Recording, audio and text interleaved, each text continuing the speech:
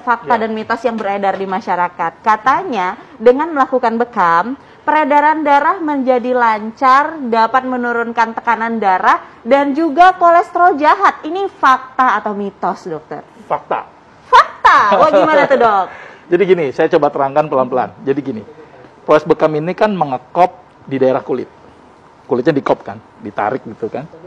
Nah, kita tahu bahwa kulit itu di bawahnya ada pembuluh darah yang paling kecil disebut dengan kapiler. Kapiler ini kan ngasih makan ke sel-sel kulit. Nah, ketika dikop, maka akan terjadi peningkatan laju filtrasi dari kapiler ke sel. Jadi si sel itu dapat makanannya banyak. Nah, berarti peningkatan laju filtrasi ini akan juga meningkatkan jumlah cairan interstisial di antar sel. Nah, jadi yang ada di pembuluh darah, di endotelnya nanti melebar, kemudian terjadi nutrisi ke sel-sel kulit. Ketika dikop terjadi peningkatan laju filtrasi sehingga cairan interstisial menjadi meningkat. Nah, kita tahu bahwa cairan interstisial isinya kan banyak tuh. Ada makanan, ada sisa metabolisme, gitu kan. Ada sampah metabolisme tadi, terus kemudian apa?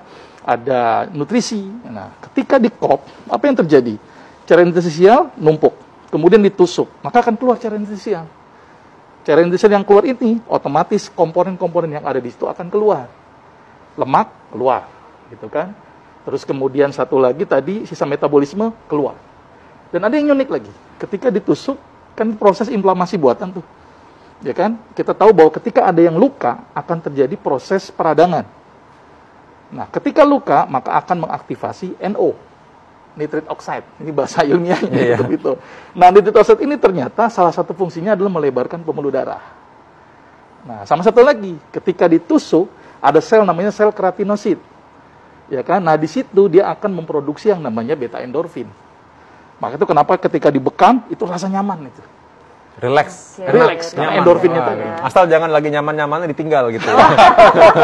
Kasihan soalnya. Perasaan dong sakit. Iya. Nah, berarti ini kita akan lebih lanjut lagi nih bahas soal ini nanti ya makanya. Tapi dengan diselingi fakta mitos ya. Ini ada lagi nih. Ada yang beranggapan kalau bekam ini katanya bermanfaat untuk membuang racun dalam tubuh. Tadi sedikit disinggung nih. Tapi ini fakta atau mitos?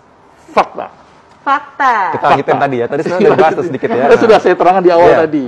Jadi zat sisa metabolisme tubuh yang harusnya dibuang dengan proses lewat ginjal, lewat pernapasan, ternyata dengan bekam itu sebagian terbuang. Karena tadi bekam mengeluarkan cairan interstisial. Berarti apa yang ada di interstisial maka akan terbuang. Termasuk zat-zat